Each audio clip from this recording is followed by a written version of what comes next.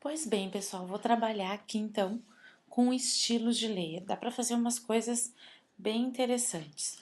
Por exemplo, vou começar ali desenhando um retângulo com bordas arredondadas. Vou escolher uma outra tonalidade de cor e desenhei o meu retângulo.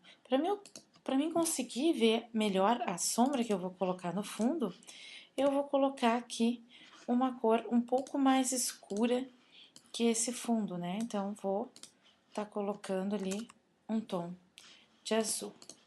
Dá uma clareada um pouco mais ali. Ok. Como é que a gente recomenda que se trabalhe com estilos de layer, né? Vocês vêm aqui, clicam e eu vou pedir, por exemplo, um drop shadow. Cliquei ali no drop shadow, ele já vai fazer uma sombra, a sombra ela tem um ângulo, né? Eu posso dizer, por exemplo, que ela vai ficar num ângulo de 90 graus, ali, que ela vai ficar um pouco maior, até poderia estar, se fosse o caso, poderia estar mudando ela um pouco de cor, né, para mim ver melhor ali como é que ela vai ficar, e apliquei.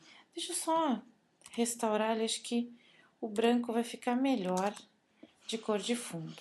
Então, ali a gente já consegue ver a nossa sombra. Vou editar lá novamente e vou aqui tá mexendo no tamanho da sombra. Então, vou regular ali um tamanho que eu achar mais adequado para essa sombra. Ok. Ela fica no ângulo de 90 graus, depois vocês podem estar mudando ou não, né? Aqui também é a distância da sombra do seu objeto, né? Sempre a gente consegue estar dando uma posicionada. Aqui o quanto que ela vai ficar opaca ou não. Então, essas são as configurações normal da sombra. Vou marcar um anti-áreas para atenuar um pouco a minha sombra. Ok. Isso aqui, quem mexe com Photoshop usualmente já consegue estar fazendo. O que eu recomendo para que vocês comecem a dar uma testada?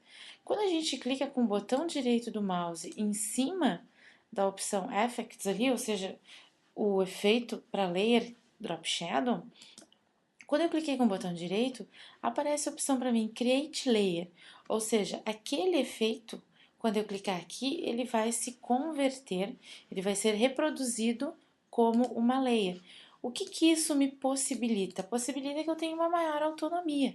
Então, por exemplo, no momento que a minha sombra virou uma layer, o que eu posso pedir para ela? Posso pedir uma máscara rápida e na miniatura da máscara, estando com a miniatura da máscara selecionada, eu seleciono a minha ferramenta de gradiente.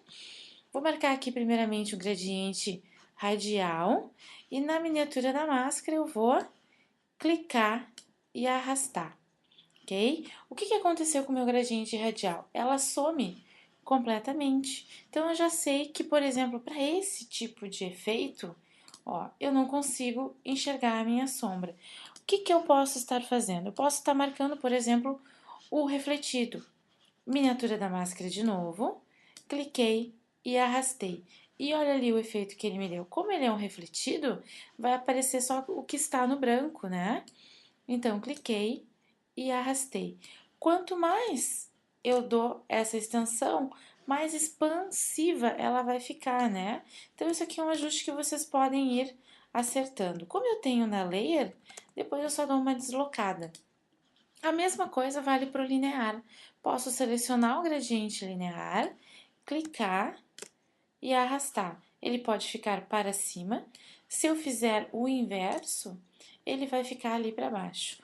Quanto menos aqui eu clicar e trouxer ele, mais incidência ali ele vai ficar. Quanto mais eu puxar, mais expansivo ele vai ficar, ok? Isso aqui é uma coisa interessante para a gente compor algumas coisas, né? Eu também posso estar mudando, como ele é uma layer, o que eu posso estar ajustando aqui? A opacidade dessa sombra. Então, eu também posso estar mudando a opacidade. Pode ser uma leve sombra, um pouco mais que ela seja ali, ok? Então, todo o efeito de layer, porque o que acontece? Ele pode estar prejudicando a nossa layer de alguma forma aqui, né? Como efeito. Ele todo o efeito pode virar uma lei, ok? Então aí, pessoal, vai uma dica, uma dica interessante para vocês estarem aplicando no projeto de vocês.